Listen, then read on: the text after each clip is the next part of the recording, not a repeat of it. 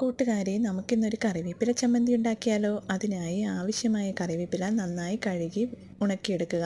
ഒരു പാത്രത്തിൽ പുളി തിളച്ച വെള്ളത്തിൽ കുതിർത്തെടുക്കുക. അതിനുശേഷം ഒരു ചീനച്ചട്ടിയിൽ നല്ലെണ്ണ ഒഴിച്ച് അതിലേക്ക് ഉലുവ, ജീരകം, കുറച്ച് കടലപ്പരിപ്പ്, കുറച്ച് വെളുത്തുള്ളി ഇട്ട് നന്നായി വഴറ്റുക.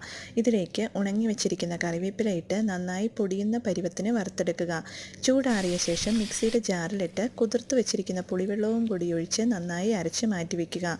അതിനുശേഷം ചീനച്ചട്ടിയിൽ നല്ലെണ്ണ ഒഴിച്ച് ഇഞ്ചി ചതച്ചത്, വെളുത്തുള്ളി, പച്ചമുളക്, കുറച്ച് കറിവേപ്പില ഇട്ട് നന്നായി മൂപ്പിക്കുക. ഇതിലേക്ക് മുളക് പൊടി, മഞ്ഞൾപ്പൊടി, കായപ്പൊടി, ഉപ്പ് ഇട്ട് മൂപ്പിക്കുക. ആവശ്യത്തിന് വിനാഗിരി ഒഴിച്ച് തിളപ്പിക്കുക. ഇതിലേക്ക് അരച്ച് വെച്ചിരിക്കുന്നതും കൂടി ഇട്ട് നന്നായി ഇളക്കി യോജിപ്പിക്കുക. കുറച്ചു നേരം തീ സിമ്മിലിട്ട് നന്നായി ഇളക്കി എണ്ണ തെളിയുന്നത് വരെ ഇളക്കുക. ടേസ്റ്റിയായ കറിവേപ്പില ചമ്മന്തി ready. Thank you for watching.